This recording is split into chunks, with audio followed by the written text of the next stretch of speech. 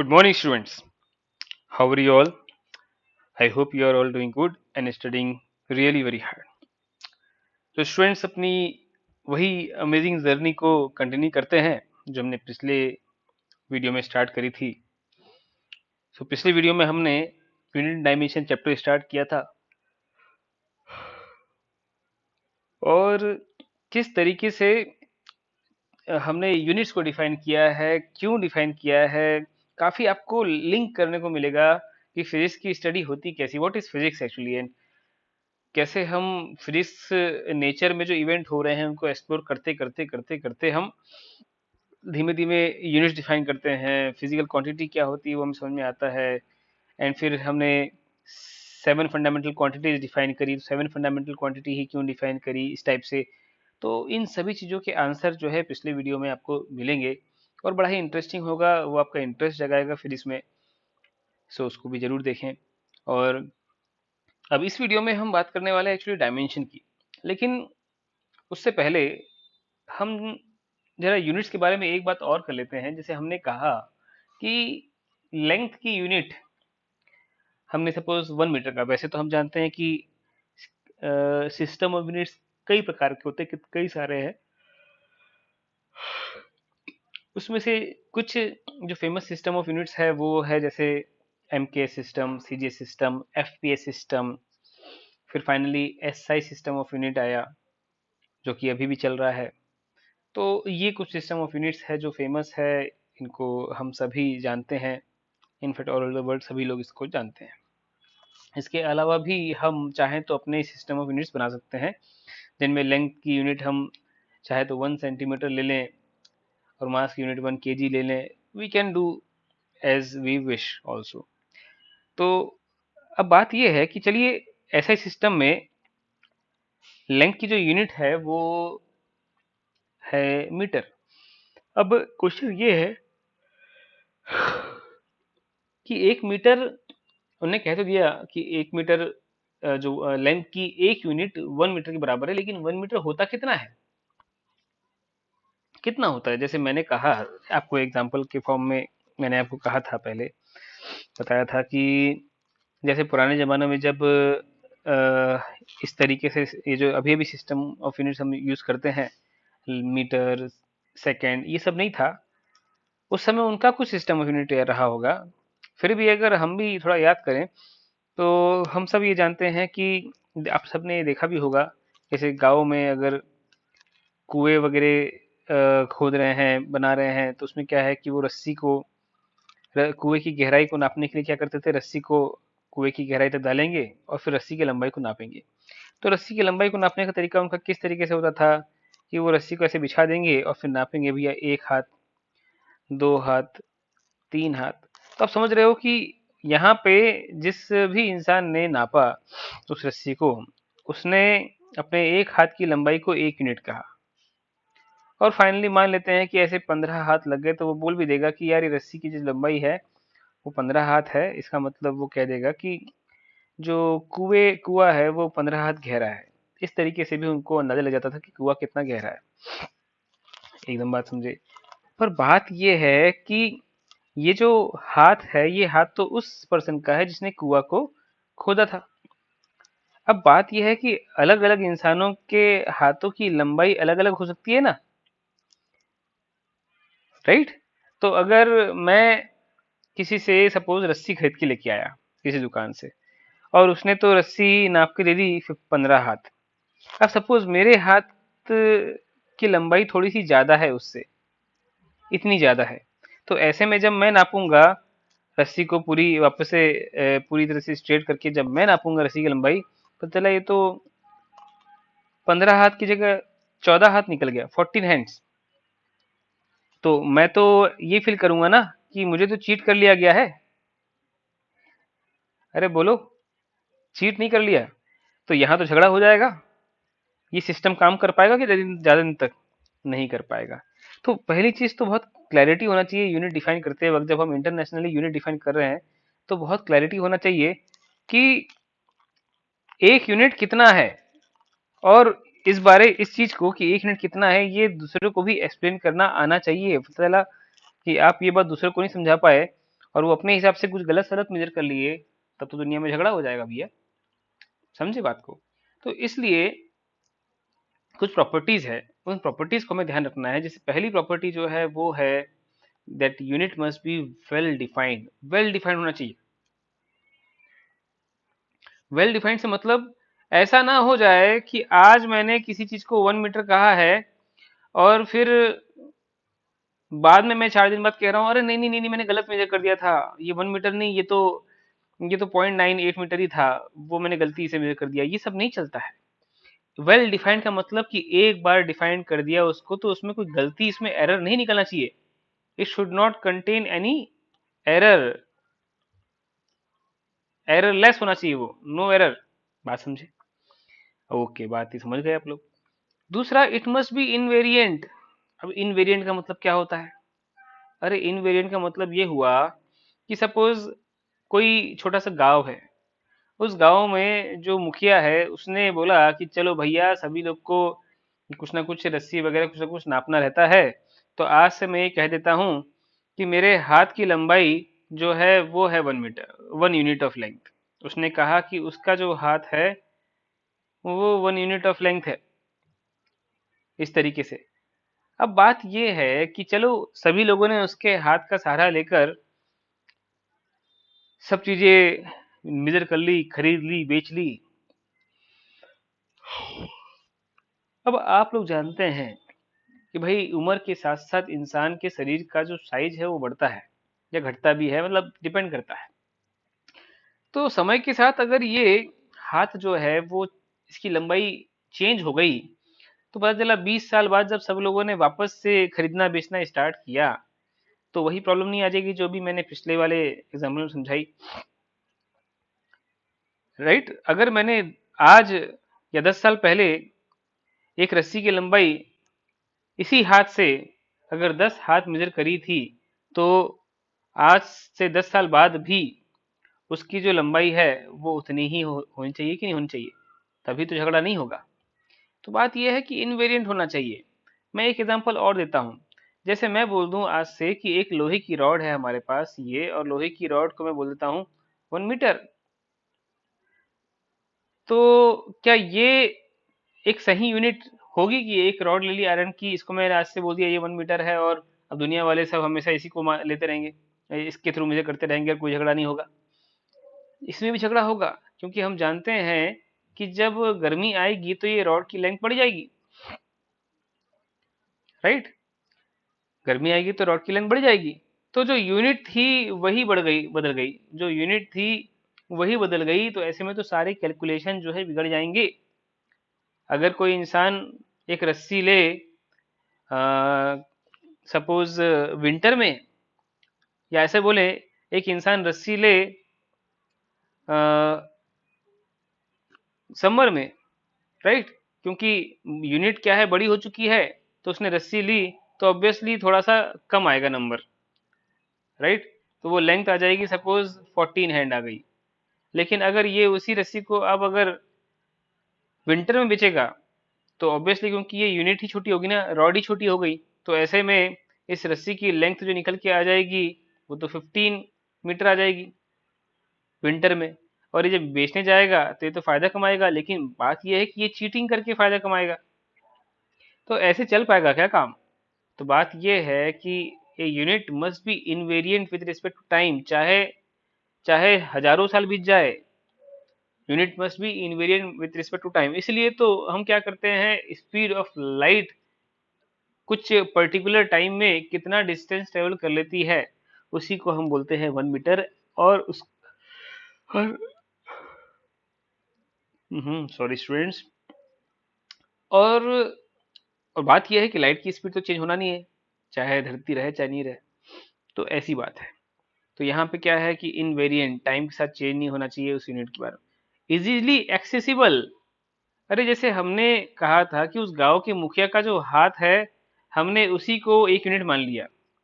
Right? अब मान लेते हैं किसी गांव के रहने वाले को एक रस्सी मेजर करनी है, तो क्या वो गांव के मुखिया के पास आएगा और बोलेगा आपका हाथ दो, जरा जरा मेजर करूं? नहीं हो सकता ना। तो ऑब्वियसली वो इजीली एक्सेसिबल होना चाहिए, किसी की पर्सनल प्रॉपर्टी नहीं होना चाहिए। समझ गए बात को? और जैसे क्या था कि इंग्लैंड इंग्लैंड में एक रॉड थी, जिसको रॉड को अच्छे से मेजर कर लिया उसको प्रॉपरली। उस रॉड की अच्छी प्रॉपर्टी ये भी थी कि उसकी लेंथ जो है टेम्परेचर के साथ बहुत ज़्यादा नहीं वेरी करती थी, बिल्कुल नेग्लिजिबल। तो उसको एक यूनिट की तरह बोलते थे। लेकिन वो जो यूनिट थी, बहुत पहले की समय की बात है, एग्जैक्ट टाइम तो मुझे भी नहीं पता, लेकिन ये ऑब्वियसली सब कुछ धीमे धीमे इन्वॉल्व हुआ है, तो हर चीज़ ट्राई करी होगी ह्यूमंस ने। तो जो रॉड थी जो कि म्यूजियम में रखी हुई है अभी भी इंग्लैंड में, उस रॉड के थ्रू काफी सारी उन्होंने यूनिट्स निकाल दी कि 1 मीटर ये होता है, दुनिया भर में स्केल बन गई। पर बात पर बात ये है कि सपोज सपोज ऐसा करो कि वो जो रॉड है, वो रॉड कहीं खो जाए किसी दिन में, और दुनिया में जितनी भी स्केल बनी थी उस रॉड की मदद से वो सारी की सारी डिस्ट्रॉय हो जाए। अब दोबारा से हम कैसे मेजरमेंट करेंगे? वो रॉड खो गई, पता लगा दुनिया एक एक अर्थक्वेक आ गया है, अर्थक्वेक आ गया, सब कुछ खो गया। तो हम वापस से वो जो रॉड है जिसको हमने 1 मीटर कहा था, वो बहुत अच्छी रॉड थी, लेकिन उसको कहाँ से प्रोड्यूस करेंगे हम, जब ओरिजिनल जो यूनिट है वही वही घूम गई तो? इसलिए वो कोई ऐसी चीज नहीं होना चाहिए जो घूम जाए। इसलिए लाइट जो है ना, लाइट ऐसी चीज जो घूम सकती है। बस आपको लाइट से लेंथ मेजर करते आना चाहिए, उतनी सी बात है। बात को समझे आप? इजीली एक्सेसिबल और रिप्रोड्यूसिबल, वही बात हो गई स्टूडेंट्स, कि अभी हमने कहा कि वो जो रॉड है वो घूम गई। अब घूम गई, या ये बोलें कि अर्थक्वेक आ गया तो जमीन में चली गई, वो एकदम पाताल लोक में चली गई। अब उसको निकालूंगी कहाँ से? बात को समझे? तो इट मस्ट बी रिप्रोड्यूसिबल। ऐसा ना हो कि वो एक बार घूम गई तो फिर दोबारा मिले नहीं। पता चला राजा, वो जो हमने कहा था ना, मुखिया मुखिया का हाथ हमने कह दिया कि वो 1 यूनिट है, कल को उसका हाथ कट गया, फिर अब कहाँ से अपन उसको रिप्रोड्यूस कर लेंगे? तो ऐसे कुछ प्रॉपर्टीज होती है, समझ में आई बात? चलिए आगे बढ़ते हैं, अपन डायमेंशंस की बात करेंगे। What are dimension? बहुत इजी है स्टूडेंट, बहुत ही सिंपल सिंपल कंसेप्ट है ये। क्या है कि जब भी हम किसी फिजिकल क्वांटिटी को एक्सप्रेस करते हैं in terms of base quantity, तो हम क्या करते हैं actually, we write it as the product of different power of base quantities. मैं एग्जांपल के थ्रू ये समझाता हूं। जैसे वेलोसिटी को हम लिखते हैं लेंथ अपॉन टाइम, लिख सकते हैं ना, लेंथ की पावर 1 टाइम की पावर -1 लिख सकते हैं।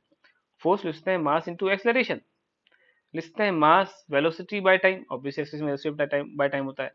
पर वेलोसिटी एक बेस क्वांटिटी नहीं है, लेंथ है। तो हम क्या करेंगे, वेलोसिटी को भी और तोड़ेंगे। तो ये लिखा गया मास की पावर 1, लेंथ की पावर 1, टाइम की पावर -2।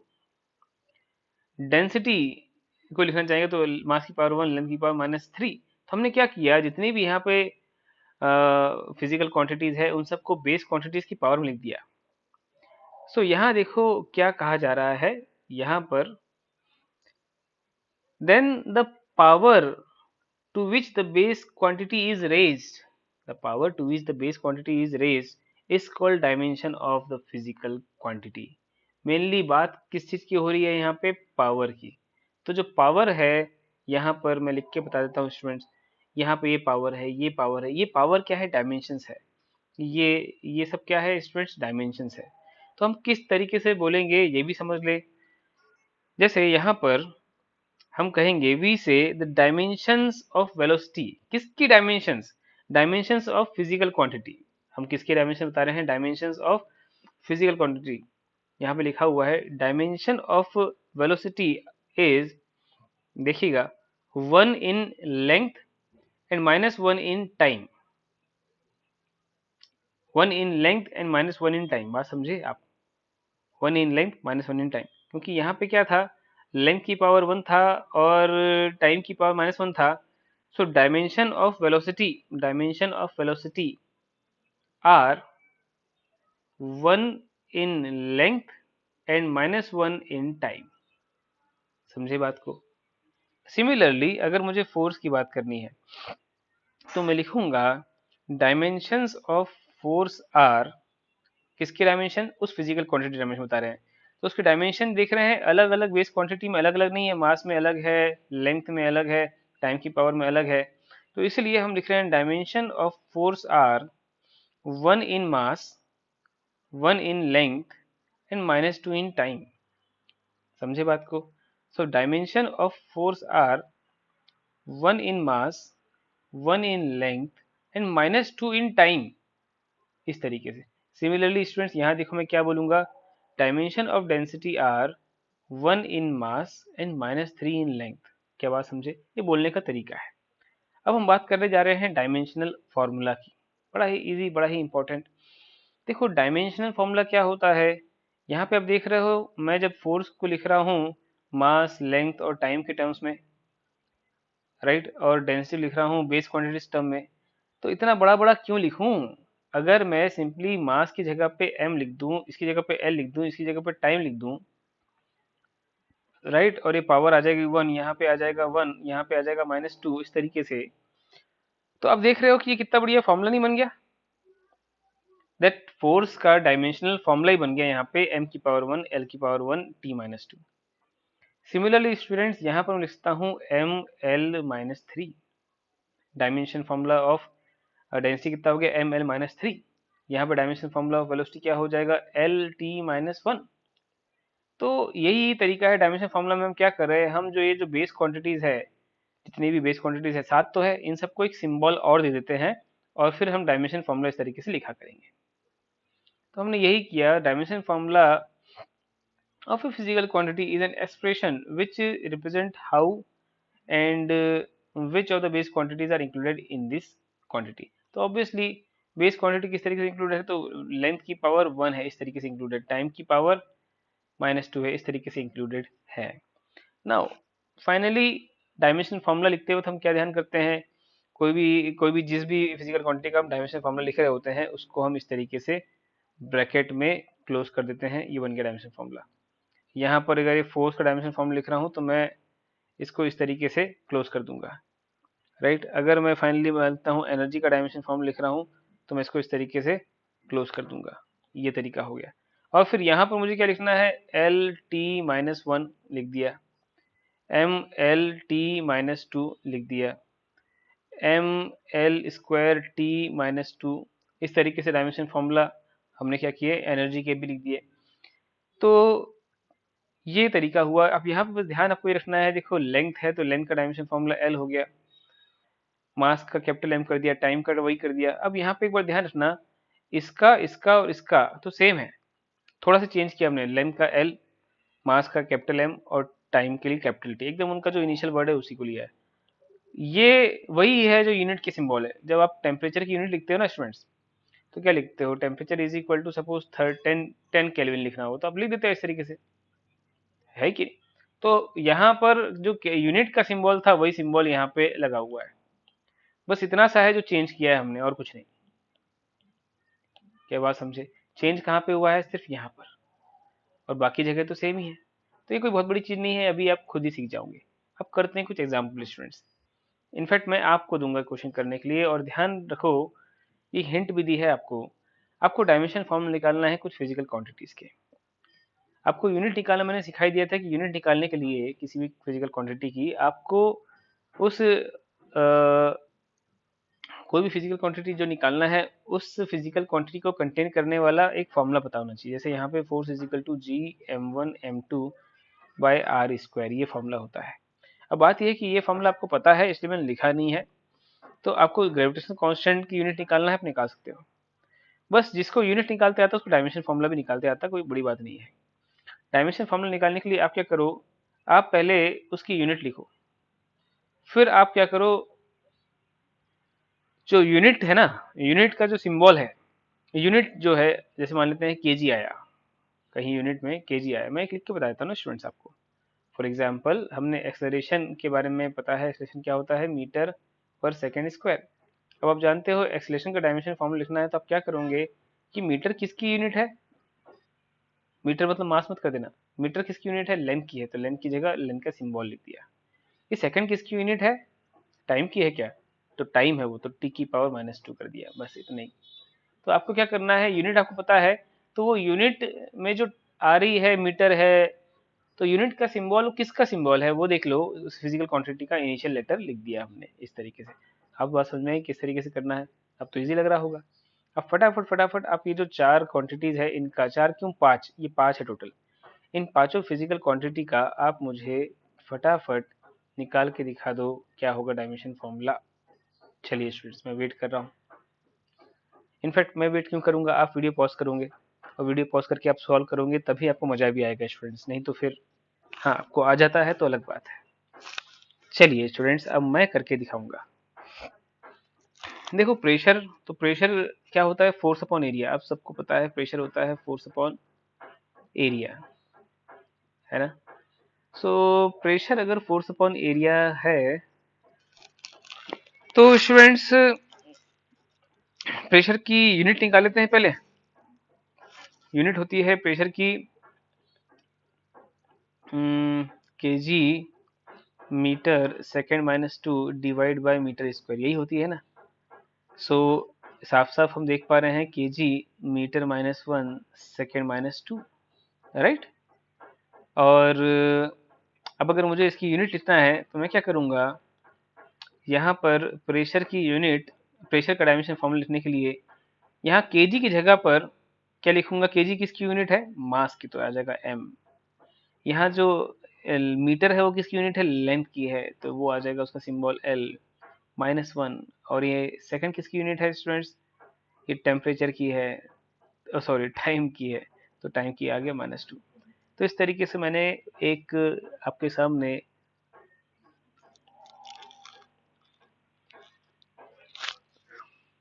प्रेशर का डायमेंशन फॉर्मूला निकाल के दिखाया। सिमिलरली स्टूडेंट्स, वर्क का जो यूनिट होती है वो आपको ऑलरेडी पता है, मैंने पिछले वीडियो में निकाल के बताया भी था। तो उसकी यूनिट होती है KG metre square second minus two. तो ऑब्वियसली अब आप लिख सकते हो dimension formula of work is equal to, KG की जगह पे आ जाएगा M L square T minus two, क्योंकि मीटर क्या है वो लेंथ है ना स्टूडेंट्स, और सेकंड क्या है वो टाइम है, तो टाइम है तो टाइम का टी। पावर क्या होता है, work upon time students, work upon time. तो वर्क के नीचे टाइम आने वाला है, तो सीधी सी बात है कि अगर मैं यहाँ पे यूनिट लिखूंगा तो वर्क के नीचे एक सेकंड और आ जाएगा, तो यहाँ पर इसकी यूनिट होने वाली है KG metre square second minus three.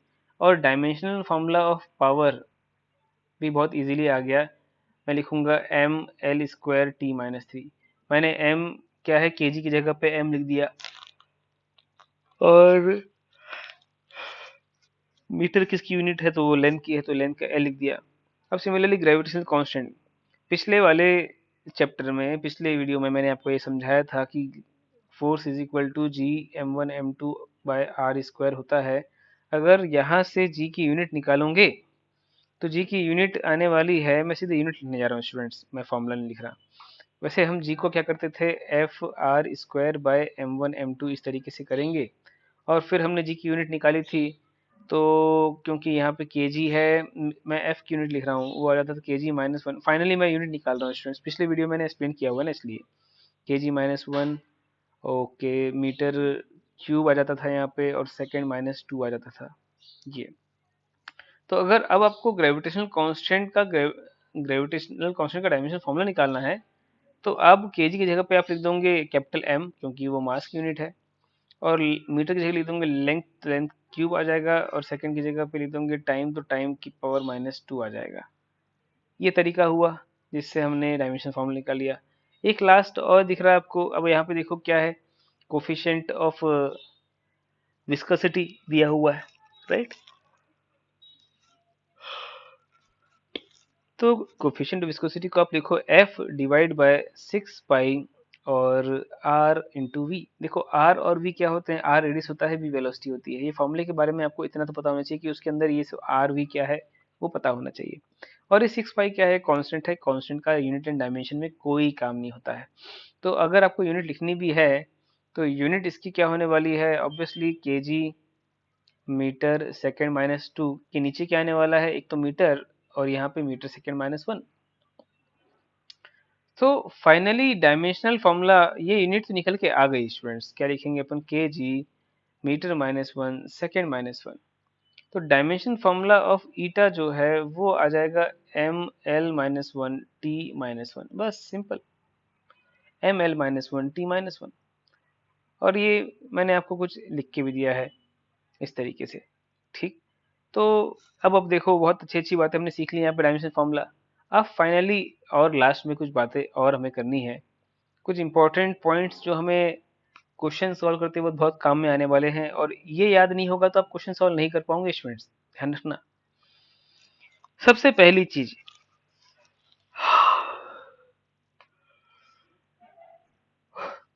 सबसे पहली चीज ये, डायमेंशन फॉर्मूला और डायमेंशन एनालिसिस के रिलेटेड ही हम एप्लीकेशन और डायमेंशन एनालिसिस नेक्स्ट वीडियो में पढ़ेंगे, लेकिन इस वीडियो में इतना तो समझे कुछ इंपॉर्टेंट बातें। उनमें से पहली बात है ये कि कोई भी इक्वेशन हो, for an equation to be correct, कोई भी इक्वेशन हो उसको करेक्ट अगर होना है तो dimension of base quantity on the left hand side, मतलब on the both side of the equation should remain same. मतलब बात इतनी सी है कि dimensional formula on left hand side is equal to dimensional formula on right hand side. और वो बात बिल्कुल लॉजिकल है कि अगर लेफ्ट साइड अगर डिस्टेंस है तो राइट साइड भी डिस्टेंस ही होगा। कभी डिस्टेंस इक्वल टू टाइम थोड़ा ना हो सकता है।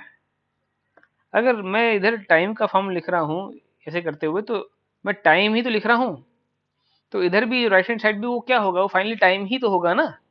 थोड़ा time is equal to distance हो जाएगा। तो एकदम नॉर्मल सी बात है कि जो लेफ्ट हैंड साइड और right hand side dimension formula same होना चाहिए स्टूडेंट्स। चलिए यहाँ तक बात भी क्लियर हुई। अब अच्छा, वैसे इसको मिटाने की कोई जरूरत नहीं है, वो आपको बाद में ध्यान है। मैं एक एग्जांपल दूंगा स्टूडेंट्स अभी नीचे वाला पॉइंट समझाने के बाद। आपको और एक बात ध्यान रखनी है, वो ये कि कोई भी इक्वेशन कहीं भी आप देख लो, एंगल, रेशियो, एक्सपोनेंट, पावर, अगर आप कभी किसी इक्वेशन में इन चीजों से टकराते हैं, एंगल हुआ, कोई रेशियो हुआ, कोई एक्सपोनेंट हुआ, कोई किसी पावर हुई, तो वो सब डायमेंशन लेस होते हैं स्टूडेंट्स। ये मेन बात है, सब डायमेंशन लेस होते हैं। सो जैसे कॉस थीटा, साइन थीटा, ये सब क्या है, ये सब रेशियो तो है ना स्टूडेंट्स। ये सब क्या है, ये सब रेशियो है। Tan theta is equal to पर क्या होता है, परपेंडिकुलर अपॉन बेस होता है, तो परपेंडिकुलर अपॉन बेस रेशियो है कि नहीं। तो वो सब डायमेंशन लेस हो गए। एंगल क्यों डायमेंशन बोला, एंगल क्या होता है, आर्क अपॉन, एंगल होता है आर्क अपॉन रेडियस, नहीं।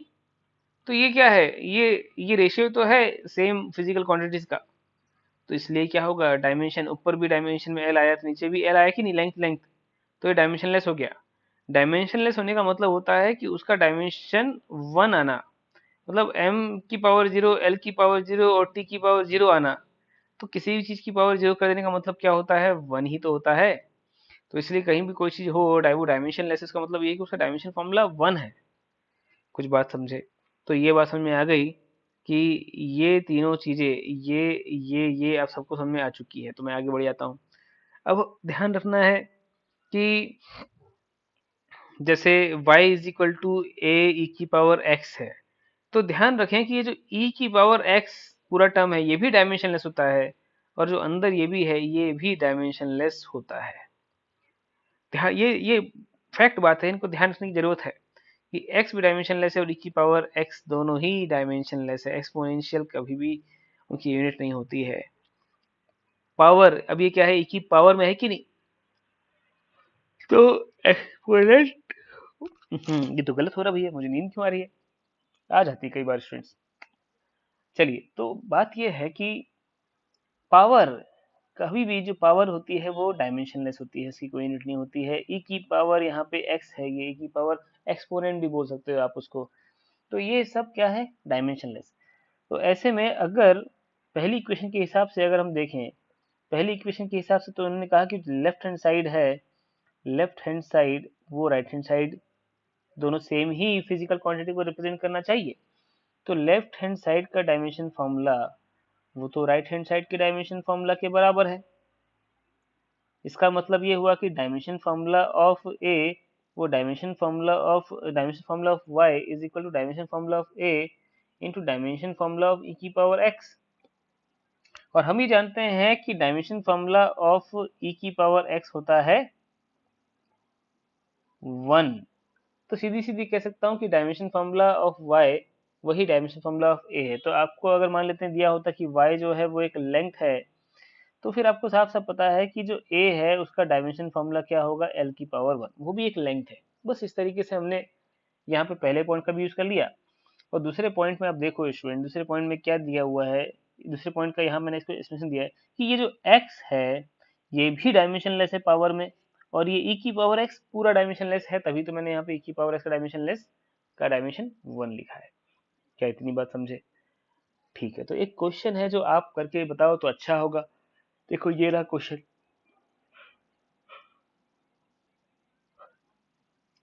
आपने पढ़ लिया होगा।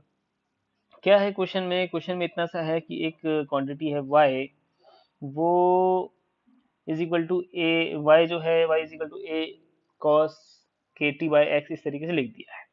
अब आपसे पूछा है डायमेंशंस ऑफ k कितना है। तो अब करो स्टूडेंट्स, आपको ये दिया है इतनी सी बात, आप वीडियो पॉज करो और खुद से ट्राई करो, तभी तो मजा आएगा। चलिए मैं समझा देता हूँ। देखो बड़ा इजी है, आपको पता ही है कि जो भी क्वांटिटी कॉस के अंदर होगी वो क्या है, वो एंगल है। इसको आप कई बार आर्ग्यूमेंट इस तरीके से ही बोलते हो, आर्ग्यूमेंट। तो वो क्या है, एंगल है, और एंगल हमेशा क्या होते हैं, डायमेंशनलेस, मतलब उनका डायमेंशन फॉर्मूला क्या होता है, 1, ये वाली बात है, राइट। तो यहाँ पर आप देख रहे हो कि मैं बोल सकता हूँ के टी बाई एक्स जो पूरी क्वांटिटी है उसका डायमेंशन फॉर्मूला क्या है, 1 है, मैंने यहाँ पे लिखा भी है 1। मतलब मैं क्या कहना चाहता हूँ कि यहाँ जो भी कुछ लिखा हुआ है के टी बाई एक्स, वो किसी पे भी डिपेंड नहीं कर रहा, एम की पावर 0 है, एल की पावर 0 है, टी की पावर 0 है, इस तरीके से बना हुआ है। बात समझे?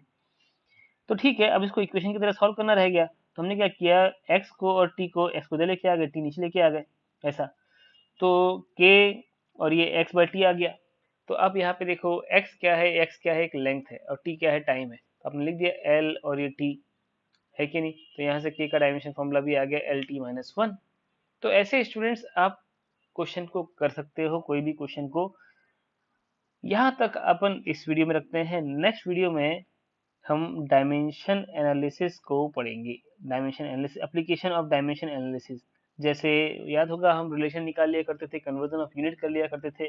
तो नेक्स्ट वीडियो जो है वो बहुत इंपॉर्टेंट होने वाला है।